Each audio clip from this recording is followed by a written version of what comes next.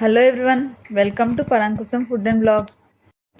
ఇవాళ నేను స్పైసీ రవ్వ వడియాలని చూపించబోతున్నాను. స్పైసీయే కాదండి, చాలా టేస్టీ. స్పైసీనెస్ ఎక్కువగా ఇష్టపడే వాళ్ళకి వడియాలు బాగా నచ్చుతాయి. అంతేకాదండి, మనం మార్నింగ్ వేసుకుంటే వడియాలు ఈవినింగ్ కల్లా డ్రై అయిపోతాయి. మనం ఈవినింగ్ వడియాలు తీసేసుకొని ఫ్రై చేసుకొని తినేసేయచ్చు. చాలా ఈజీ ప్రాసెస్ అండ్ త్వరగా కూడా అయిపోతాయి.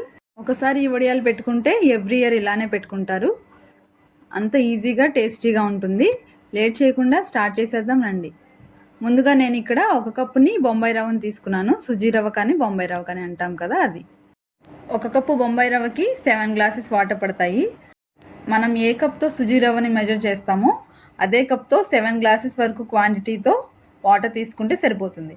వాటర్ తీసుకొని స్టవ్ ఆన్ చేసుకొని టేస్ట్కి సరిపడా సాల్ట్ అందులో వేసుకోవాలి.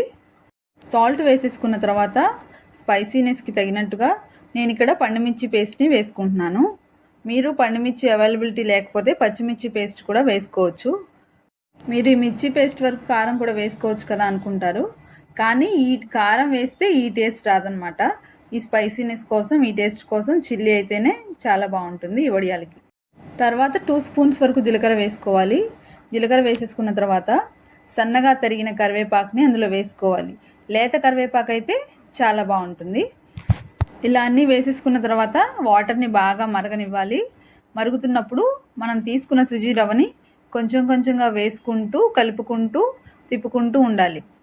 ఒకసారి వేసేస్తే ఉండల్లాగా కట్టేసి ఈ వడియాల టెక్స్చర్ అనేది సరిగ్గా రాదనమాట.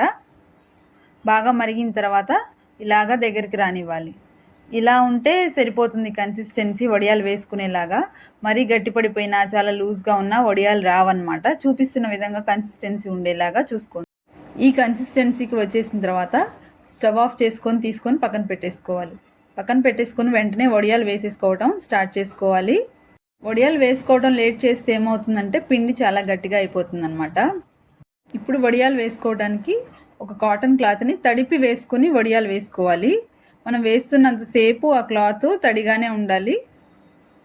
చూస్తున్నారు కదా, చూస్తున్న విధంగా గుంటగంట తీసుకొని వేసుకొని షేప్ చేసుకోవాలి.